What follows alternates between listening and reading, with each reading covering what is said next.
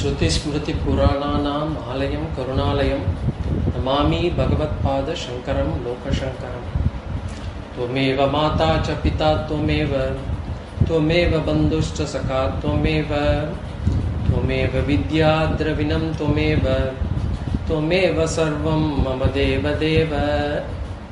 श्रीदक्षिणामूर्तिसुदेशिकेन्द्रं द्वैपायनं सूत्रकृतं मुनीन्द्रं श्रीशंकरं भाष्यकृतं यतीन्द्रं मद्देशिकञ्चापि नमामि विद्यै।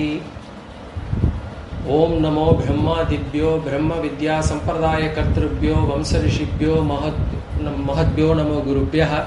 सर्वोपप्लवरहित प्रज्ञानगणः प्रत्यगतो ब्रह्मैवाहमस्मि। Pranams everyone. So we are in this introduction to Vedanta. We had initially first we saw what are Purusharthas. Purusharthas meaning human goals. And we saw there were 4 human goals. Artha, Kama, Dharma, Moksha.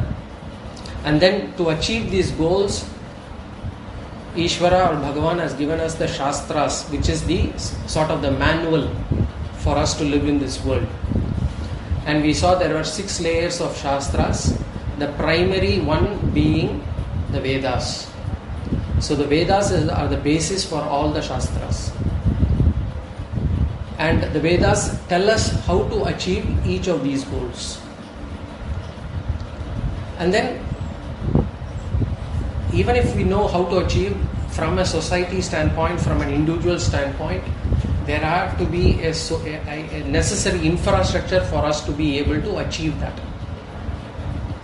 And that is where we discussed about the Varnas, Chatur Varnas, the 4 classifications of the society. And in the Varna Vyavastha, the sociological scheme, we saw it was divided into 4, which was Brahmanas, Kshatriyas, Vaishyas and Shudras. And on what basis was the division made? We saw that the division can be made on in 3 ways. So 3 sets of dimensions. The first one being based on the guna, based on the character. So if a person is predominantly sattva guna, then he is Brahmana. If a person is predominantly rajas guna, backed by sattva guna, then he is Kshatriya. If a person is predominantly rajas but is backed by tamas, then he is Vaishya. And if a person is predominantly tamo guna, then he is Shudra.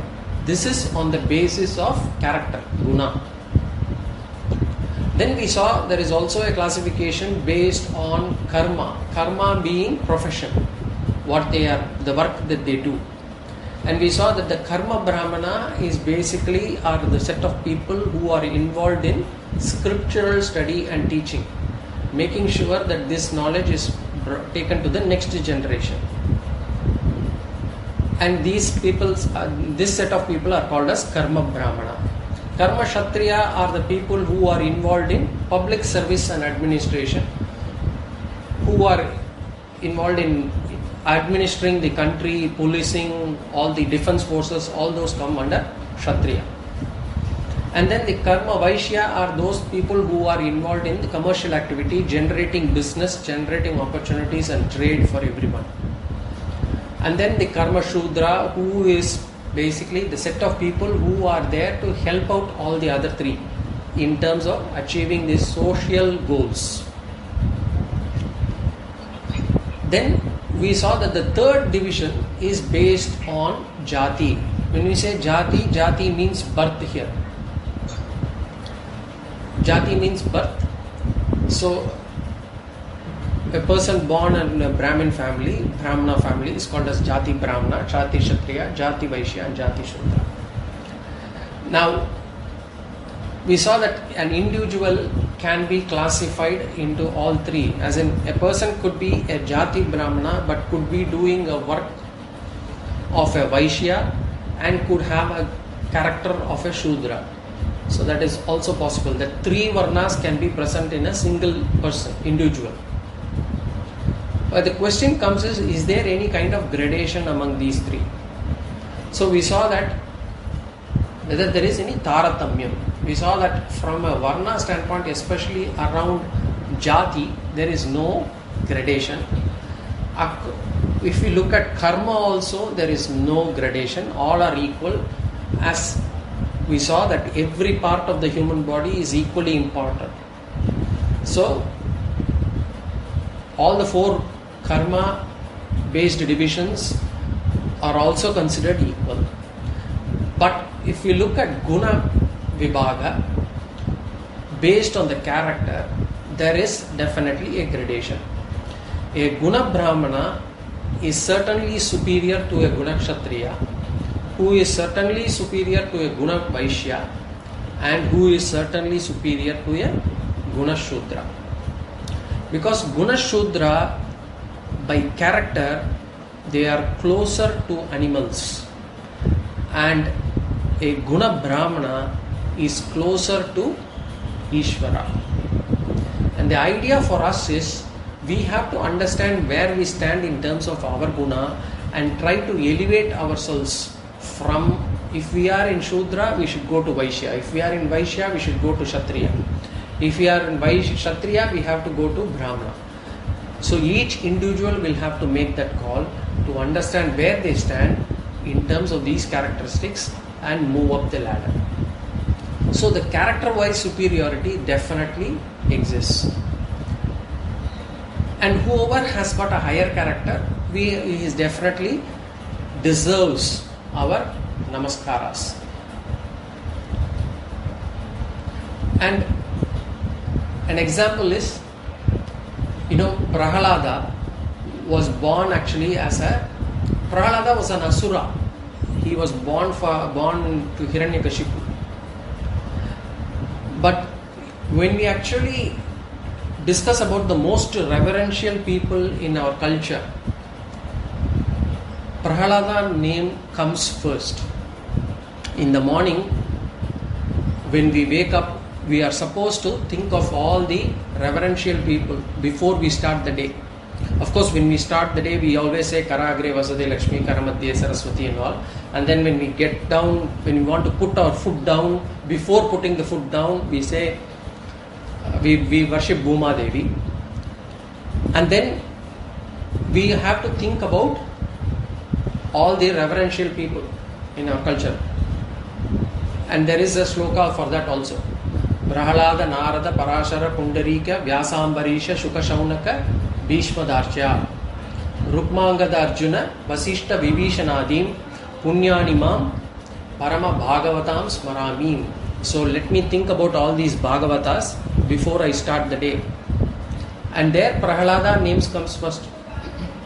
Although he was born an Asura. So generally Asuras generally tend to have, why are they called Asuras? Because they generally tend to have tamasic gunas. So he was a jati asura, but guna brahmana. So he is definitely respected. So birth does not matter, but character alone matters. So this we have to understand. Now if there are 4 divisions, is there a choice for me in terms of choosing my varna? Can I choose the varna where I can be? That will be the next question. So let's look at it. From a jati vibhaga standpoint, choice of birth, it is not in our hands. We don't have a choice with regards to where we are born. It is with the hands of Ishvara. And it is in the hands of Ishvara because it depends on the karma what we are bringing in this life. Whatever punya papa karma we have done, that decides the kind of parents that we are going to have. That decides the environment that we are going to get as a child. That decides the upbringing. Most of the upbringing is decided by the karma that I bring into this life. So, of course, in this birth, I don't have a choice in terms of what family I can be born in. But I do have a choice for my next birth. If I accumulate more and more punya, then I would have a better birth naturally. So the birth we have already chosen, but the next birth I have a choice. So there is, as far as jati varna is concerned, I have a partial choice. I don't have a choice for this life, but in the subsequent lives I can alter them. Let's look at the karma vibhaga, choice of profession. As far as profession is concerned, we do have a choice. We can choose our profession. And we can choose our profession from any of the angles. Shastra says that if you want to choose your profession, choose it on the basis of your swabhava, on the basis of your character. Character or trait-based choice of profession. Because suppose I am actually by nature I like making money. By nature I love trade, I love business. Then choose a profession which is like Vaishya. By nature I am actually always active, I want to contribute to the society. Then choose a Kshatriya based profession where you are able to serve the society. By nature I am very contemplative, I am very introvert, I want to study, I want to understand more. Then choose a Brahmana based profession. So Swabhava should be the driving force behind choosing a profession. If we are not able to understand our own Swabhava, if we are not able to know where we stand, then Shastra says go with hereditary based profession. Your family profession, your birth based profession. Because there what I do is I actually pick up things easily from my family members, from the environment that I grow up. I am able to be in that environment and I am able to pick up. And in some centuries back, in our culture, we used to follow family-based professions. And what was the outcome behind it is the family-based professions give you enormous amount of skills and knowledge in a very short period of time. All the brilliant monuments that have been constructed, all the brilliant carvings that we see in temples which are 1,000, 2,000 years old, all the wonderful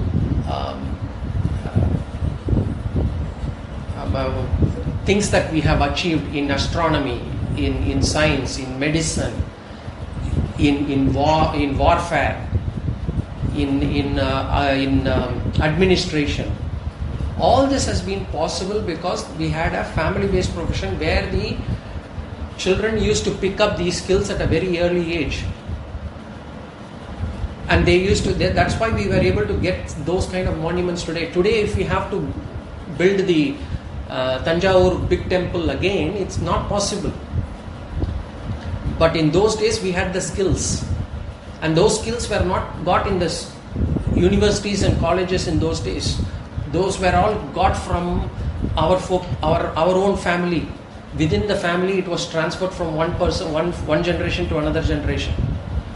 And that's the reason why we were able to excel in all the fields. And in those days, there was no difference or differentiation in terms of the kind of work that people were doing.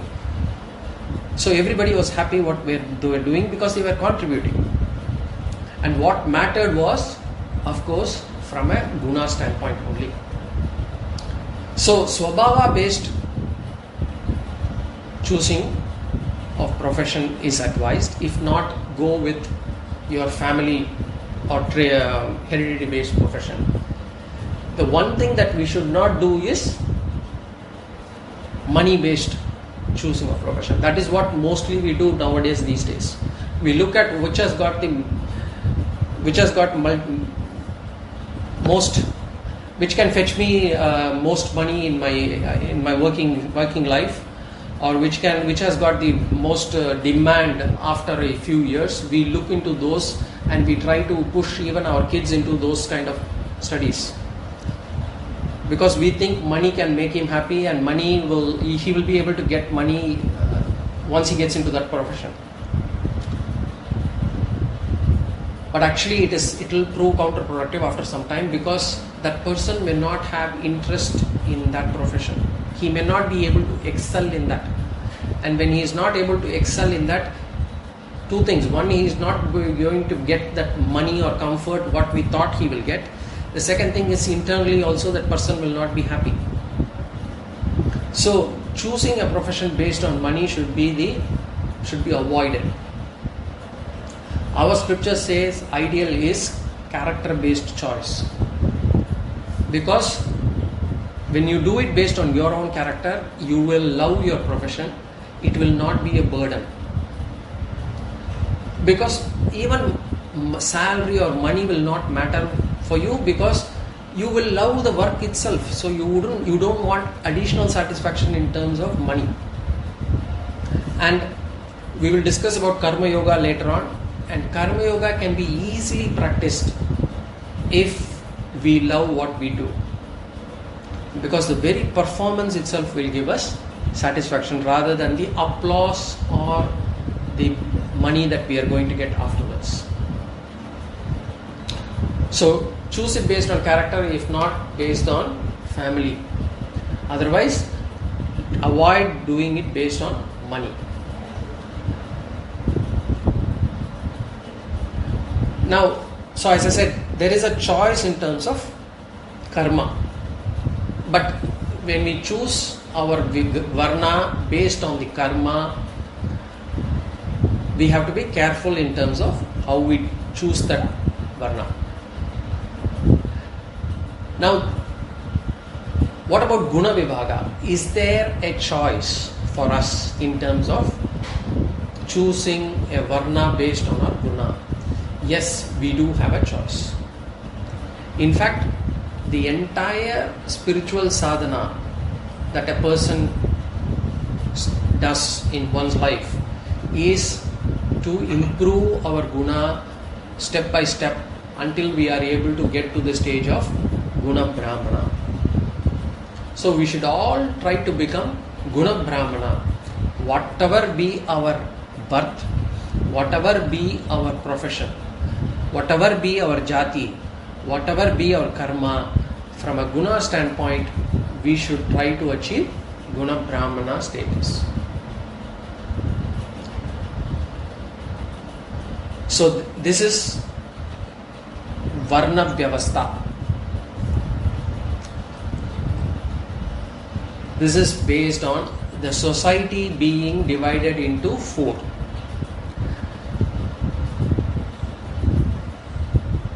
And one of the things that you have to remember is about this varna. Okay, if I pursue to become guna brahmana in this life, what happens to my next life? Will I be again back in the Shudra guna character, and then I will have to work again to get into that brahmana life, brahmana guna?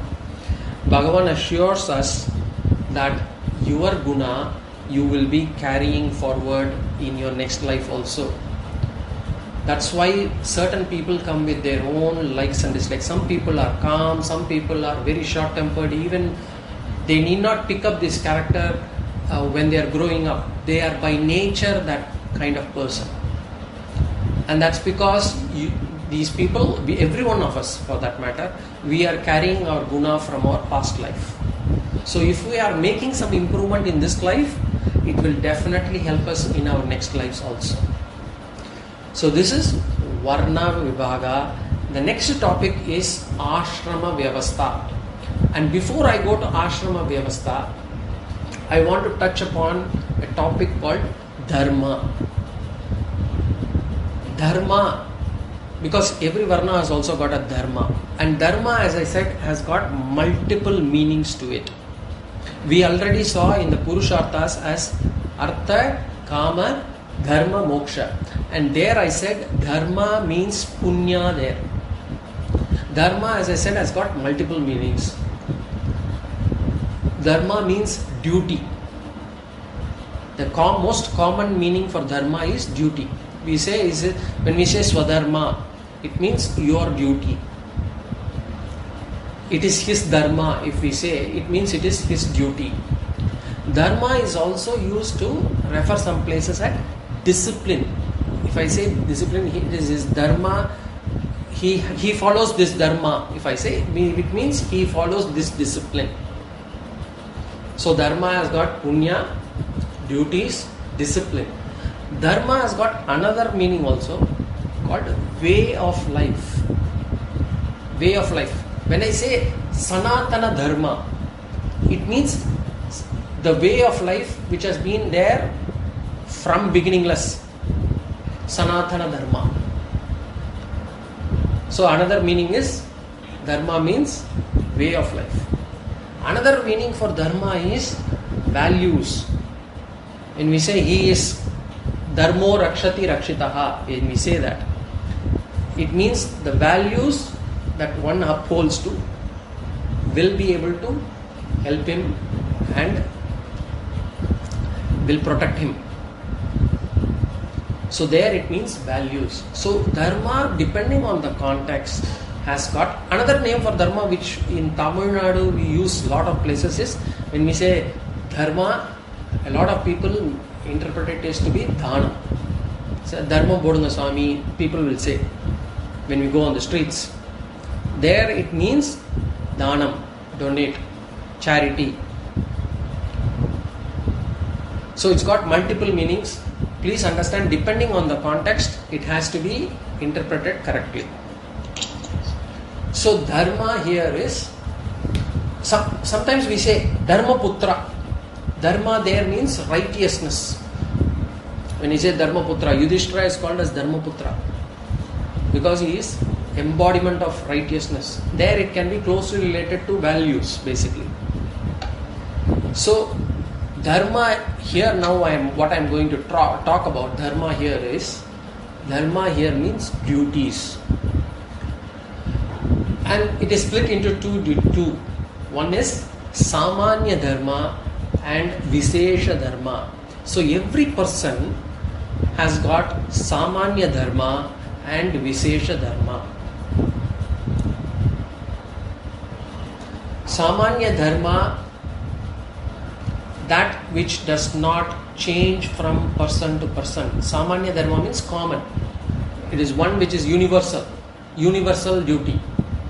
That which does not change from person to person or from time to time or from place to place. It is uniform.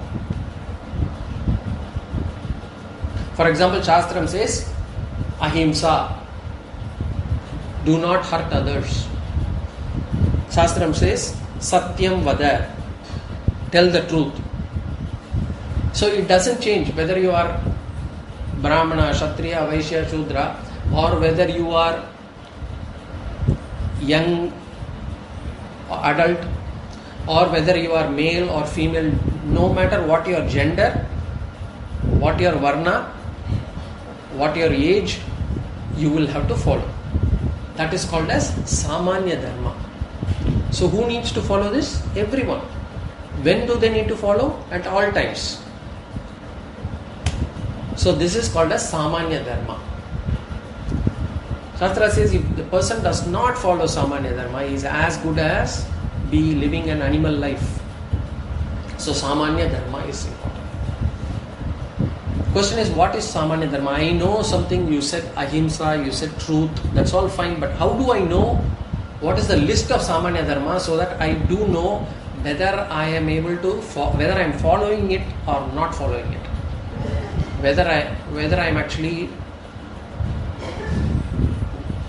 I really know whether I know really what is the Samanya Dharma and whether I am able to follow it.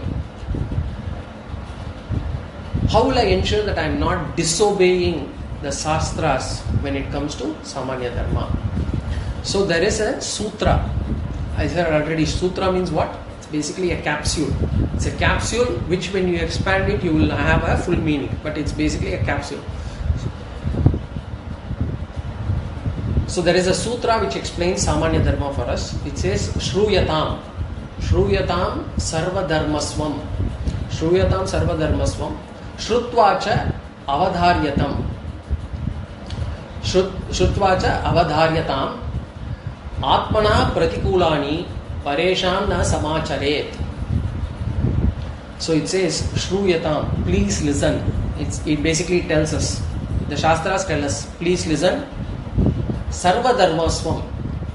And it is, please listen, it says to everybody. So it says to the entire people.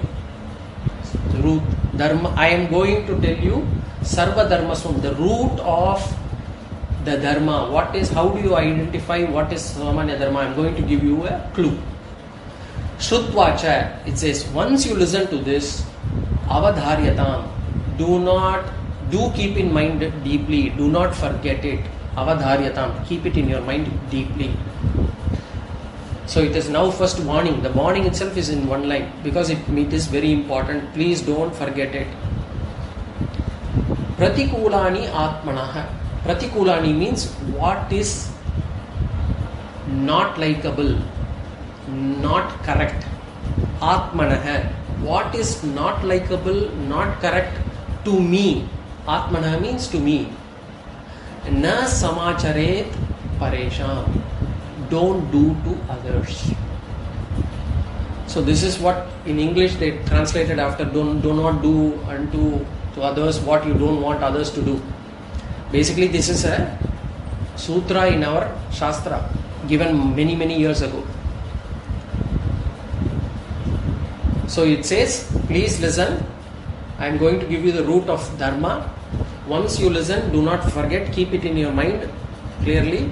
What is likable or not correct to you, do not do unto others. So what does it mean? We will not like others to steal from us. So do not steal from others. We do not like others to cheat us. Do not cheat others. We do not like others to lie to us. Do not lie to others. We do not like other people to hurt us, either by physically or through words. Do not hurt others also. We don't want others to scold us, shout at us. So do not shout at others. We want others to be more forgiving to us if we make any mistakes. Be the same to others. We don't want others to speak ill of us, especially when I am not around. Then do not speak ill of others when they are not around. So this is a very simple rule. But if we have to apply to each position, we have to actually, whenever we act, we have to apply this rule to see whether it passes the test. And if it passes the test, then it is Samanya Dharma. We are following Samanya Dharma. If it is not passing the test, we are not following the Samanya Dharma. We don't need to go to Vedas for this. We don't need to go to a guru to ask for guidance. We don't need to change a religion to understand this concept. No one can claim that I don't know Samanya Dharma. We don't need to get Upadesa for this. It is very easy. We just need to apply this rule. So we should apply this sutra and lead our life accordingly. Then we are following Samanya Dharma. So Samanya Dharma is common to all humans at all times, at all places. So that is Samanya Dharma. Now Vishesha Dharma. I said Samanya Dharma and Vishesha Dharma. Vishesha Dharma means what? Vishesha Dharma means special. Vishesha means special, which means this duty changes from person to person. Each person will have this duty to set of duties to follow, and even for that person, it changes from time to time, from role to role, from place to place.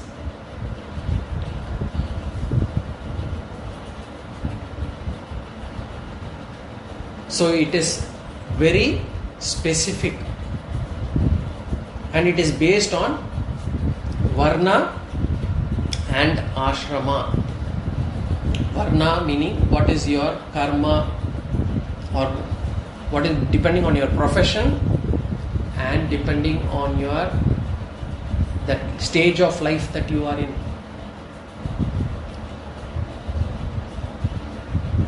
So if a person changes his duty, karma, from one to another, then automatically his duties also change. Similarly, from a person moves from one ashrama, we will talk about ashrama later, ashrama meaning stage of life, from one stage of life to another stage of life, then his duties change. So let us now see the varna based duties. So this duty itself, for each varna, what is the duty? So for Brahmana, what is the duty? Karma Brahmana, if he is teaching Shastras, is his duty. Apart from teaching Shastras, a Karma Brahmana should have sense control. He should have sense control. He should not be overly indulging in sensory pleasures. He should have a simple living. He should follow ahimsa. So he should not hurt others. He should not be, when I say he should not be indulging in sensory pleasures itself, it means he has to live simple. And he has to be in sattva guna. He has to, Brahmana karma requires a person to be in sattva guna. Only then he will be able to, or rather, a sattva guna person is the one who will be more suited for Brahmana karma. And according to the Shastras in those days, a Brahmana should not do any job for money. His duty is keeping the welfare of the entire society in mind. His chanting of Vedas, his doing of Sandhya Vandana, or he is doing of all these yajnas, all the mantras, Vedas that he is chanting is for universal welfare. Sarve janaha sukhino bhavantu. That should be his role. But what if he doesn't do it for money? How does he make his living? Well, the Kshatriya and the Vaishyas are supposed to take care of them.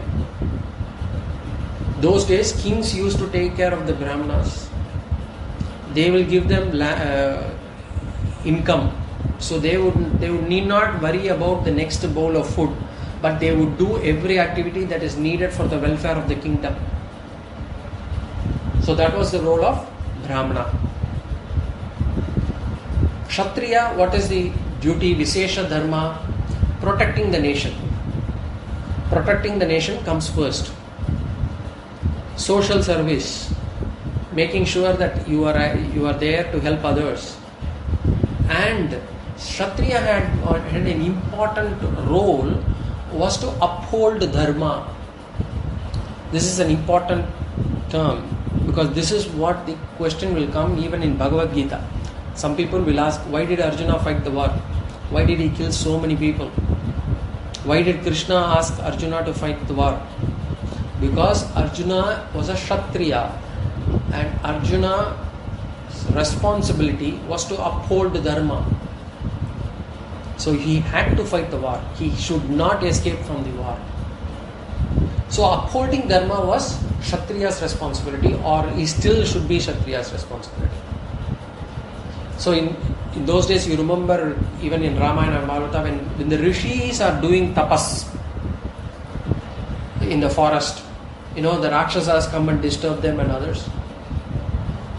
The rishis will go to the Raja, to the king, and ask for his help.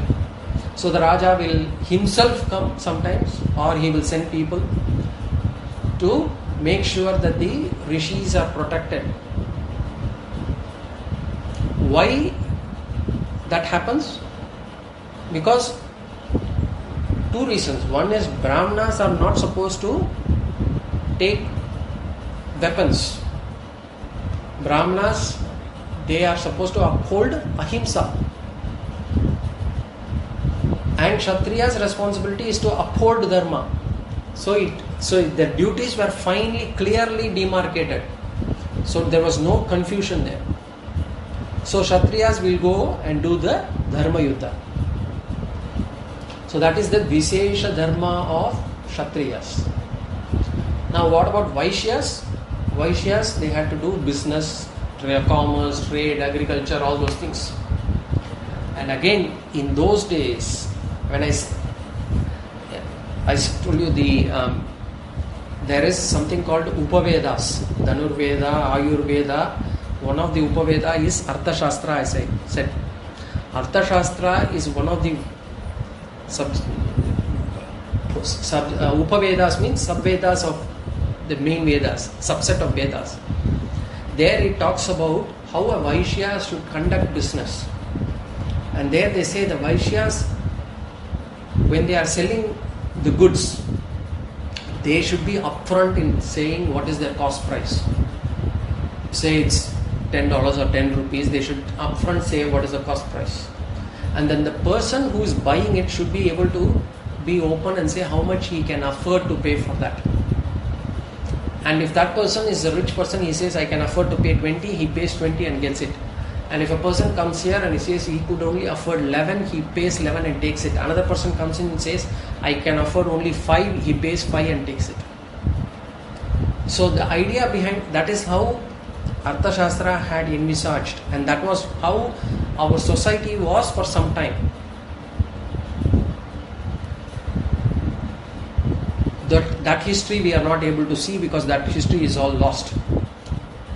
But there are some portions written in certain travelers who had visited India at different times. They explain how India was at that point of time. You could see glimpses of them. So the idea behind this was that everybody should have access to money and things. So that is how Vaishyas were supposed to conduct business. Then the Shudras Vishesha Dharma was to help all the three Varnas. The basic nature of work is to physically support the three Varnas. So theirs is really little less skilled or semi-skilled work. So they would be using more of their physical body to support all these three Varnas. All four must follow Samanya Dharma. There is nobody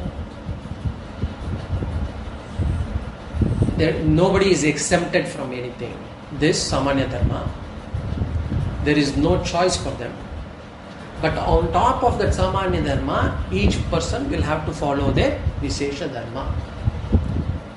And sometimes there could be a clash of Samanya Dharma and Vishesha Dharma. There could be a conflict. If there is a conflict between Samanya Dharma and Vishesha Dharma, then the Vishesha Dharma has to be followed. For example, I already gave this example. Samanya Dharma is to follow Ahimsa. Ahimsa has to be followed by everyone. They should not hurt others. But a Kshatriya's Vishesha Dharma is what? Upholding Dharma, protect the nation. And if that means he has to kill somebody to uphold Dharma or protect the nation, he has to do it. So when there is a conflict between Samanya and Vishesha Dharma takes precedence. So this is Dharma, Samanya and Vishesha Dharma for the Varnas. The next topic I am going to take is Ashrama. But before I go to Ashrama, let me look at the questions that have come on this topic. If there are any questions on this topic, please put in here. I'll try to answer them. There was one question last week about Shunya Brahma. Shunya Brahman. Shunya Brahman, when I take the topic of Brahman, I will try to explain what is Shunyata, what is Brahman. There is nothing called Shunya Brahman, but I will try to explain what is Shunyata, what is Brahman when I take the topic. It may be a little too early now. The other question is, there are three things. First of all, it gets don't get confused with this. One is Brahman, one is Brahma, one is Brahmana. All three are different. Brahmana is a Varna. We already saw. Actually, there is another Brahmana also. There is one Brahmana which is the Varna we saw. The Karma, either Karma Brahmana or a Guna Brahmana or a Jati Brahmana. That is a Varna. That is one. Then there is also another Brahmana we saw in the Vedas. We saw Vedas are divided into Brahmana, Samhita, Aranyaka. So that is portion of Vedas is called as Brahmana there. That is a different Brahmana that is not commonly used. So you can forget that bit. Then there is Brahma. Brahma has the creator within quotes. I will say creator within quotes. Brahma is one of the Trimurtis. Brahma, Vishnu, Shivan. That Brahma is different from Brahmana. And that Brahma is different from Brahman. That person who had asked Shunya Brahman, that Brahman is different from Brahma. This Brahman concept we will discuss in one of the future classes. Okay. So I hope I am clear on those three terms. Now coming back to this questions, can a person be in two Varnas at the same time in a profession? Like a person earns a lot of money and spends a lot on social development. So when he is earning money, he becomes Karma Vaishya. And when he is doing charity, he becomes Guna Kshatriya. So Karma Vaishya, Guna Kshatriya. So he is in two Varnas. As I said, he could be in three Varnas also. He could be born in a Jati Shudra or a Jati Vaishya or a Jati Brahmana. Then he could be in three Varnas also at the same time. But in a profession, normally unless you do two jobs, you are generally categorized as only one profession only, one karma only. So either you are taking care of the society, or you are in this scriptural study or in the knowledge field, or you are in the helping the others, or you are doing your own business. So it's very difficult to have, you may have doubt whether this is actually falling under this karma or that karma. That kind of difficulty might come when you are looking at your job, whether I am doing Shudra work or whether I am doing Kshatriya work. That kind of question might come in. But to be in the same, having two professions at the same time, is going to be difficult to happen. When exactly were the Vedas actually followed, until what time, what we are studying today? Vedas are the manuals. Vedic society was there, from what I understand. It has so we are in the Kali Yuga. So we had Satya Yuga or Treta Yuga, then Dwapara Yuga. Treta Yuga, Dwapara Yuga, Kali Yuga. Krita Yuga or Satya Yuga, followed by Treta Yuga, followed by Dwapara Yuga, then Kali Yuga. So, and this is continuous. The Vedas are, there is no beginning to our Vedas. We will come to that when we discuss about time. When did this world start? When we talk about creation, which is also one of the topics probably coming at the end, we will talk about when was this world created, how did this world come. There we will talk about this. Maybe you can note it down there, but it is Sanatana. Our dharma is called Sanatana Dharma, which is beginningless. Sanatana means beginningless. There is no beginning to this. how can we understand the Parashurama avatar in the context of Samanya or Vishesha Dharma? Can you be a little more? Can you type in a little more about this Parashurama avatar? What exactly are you talking about? In the meantime, I will take the next question. I am a woman. I am born as Kshatriya, and after marriage, I became Brahman. Is this shift necessary after marriage? Should I not have one of my identity of Jati? As I said, Jati is immaterial. Jati is immaterial. Whether you are born as Kshatriya, Shudra, Vaishya, Jati is immaterial. Karma is also immaterial, although it is better to take the karma depending on your guna, your swabhava. What is important is only the guna. So as long as we focus on the guna, other things doesn't matter. Especially once a person comes to Vedanta, it is only the guna that matters. In my first class itself, I said it is all about changing ourselves. It is never about others. It is never about other external things. It is not even about my physical body. It is mostly about my mind. There is a little bit of physical body change that I may have to do, but mostly it's about my mind. So it doesn't matter in terms of jati or karma.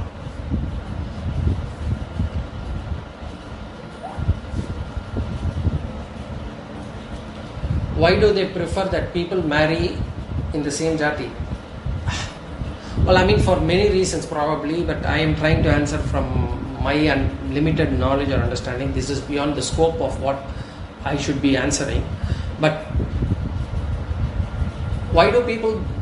Well, I mean, within your jati, you are much more comfortable in terms of how things work in your family. So that culturally there seems to be some alignment in terms of how things work within the families. So within this jati, there is a set of things that are followed. It's easy to. So today you have these matchmakers, or today you have in today's world, what is it called? Dating agencies. So dating agencies try to say, okay, this person likes this person also likes this, so there should be a match. Although they try to match, irrespective, in spite of it, people end up in divorces. But question is, but they are trying their best to match two individuals. And here, when we are trying to match two individuals, what is the easiest way is to see from their family what kind of upbringing that they have, what kind of environment did they grow up, what type of food that they had, what type of culture they followed, what type of worship methods they follow in the family. So if you look at that and try to match that, a person from another jati becomes easy to match. So at least many of the things can be easily ticked. So, and when the family had to do this, it was quite easy. So that was probably the reason why people married into the same jati, which I don't see anything wrong. As per the Puranas, Parashurama is a son of Jamadagni, making him a karma brahmana. He did his karma too as a brahmana, but then beyond that, not sure if he ever demoted himself to a karma kshatriya. Well, I mean, Parashurama is an avatara. Okay. And avatars come for a reason, and avatars, when they take certain things, and there will be always some exceptions in all these things. Like for example, what about karma? What about, forget Parashurama, take Dronacharya. Dronacharya was a jati brahmana, but he became a karma kshatriya, because he was teaching warfare. A brahmana should not take arms, should not take weapons at all in his hand. But he became a karma kshatriya. So there will be always people, because that is another example I will tell you, where you are jati something, but you change professions. Professional change is possible, is allowed, if your swabhava is like that.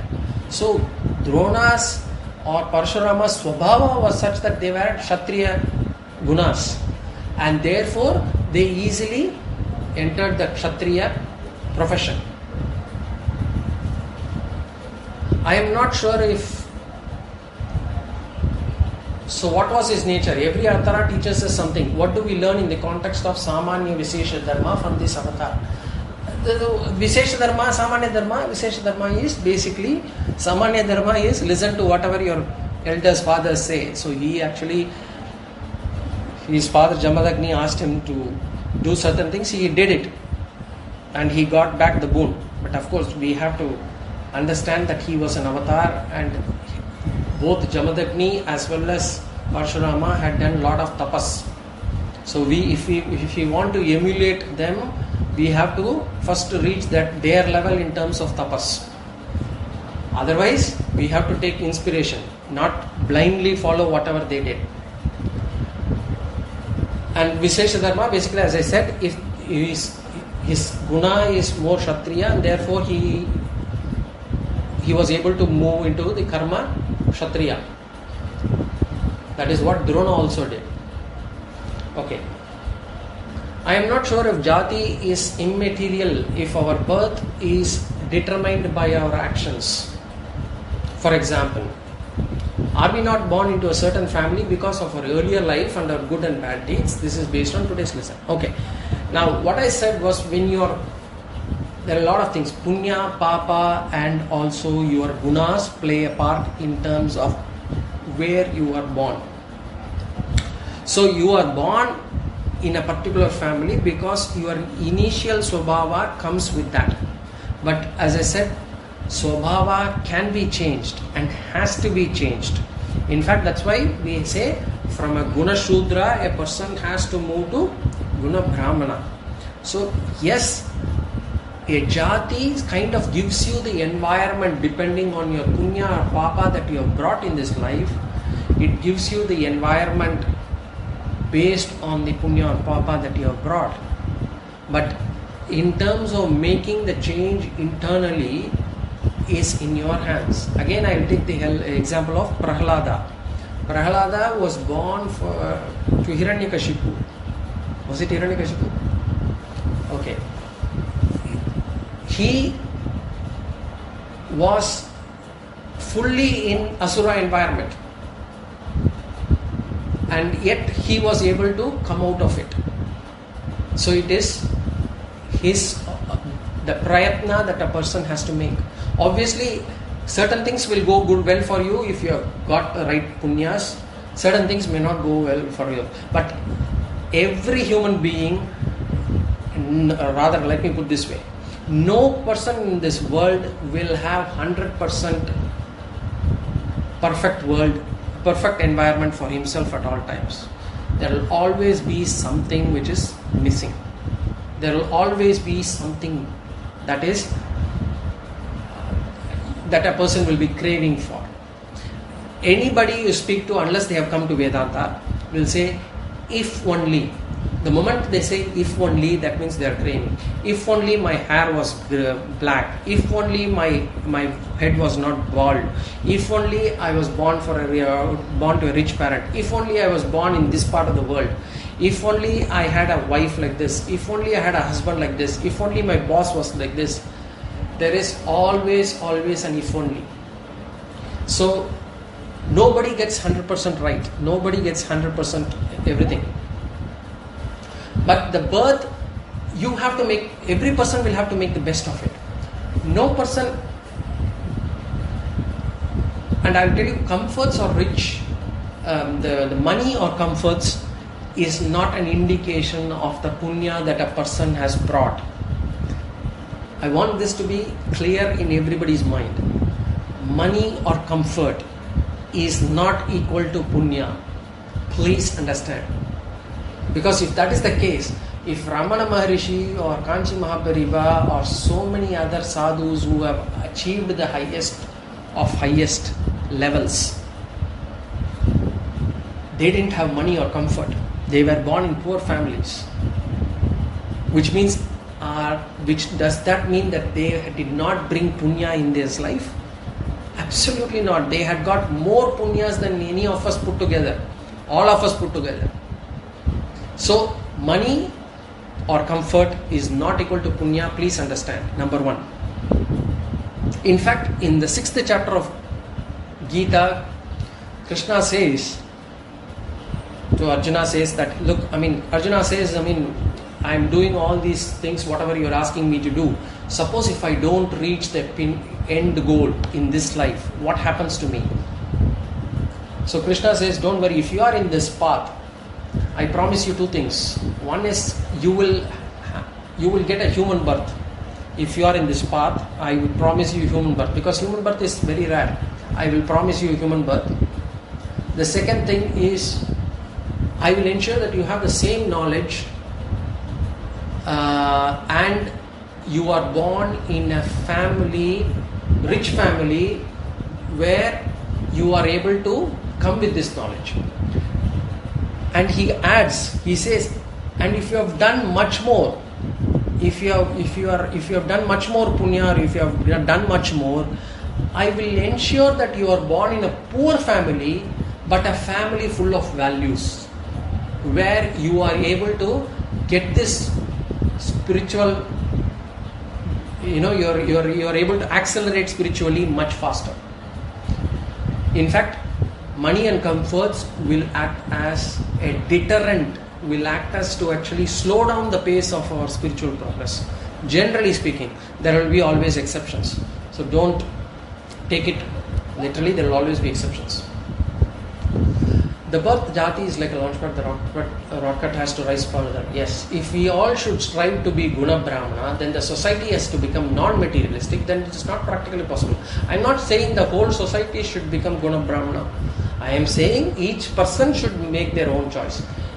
Not everybody comes to this class. Not everybody, even if they come to the class, will not be able to follow this. Not everybody understands that there are dharma, artha, kama, moksha.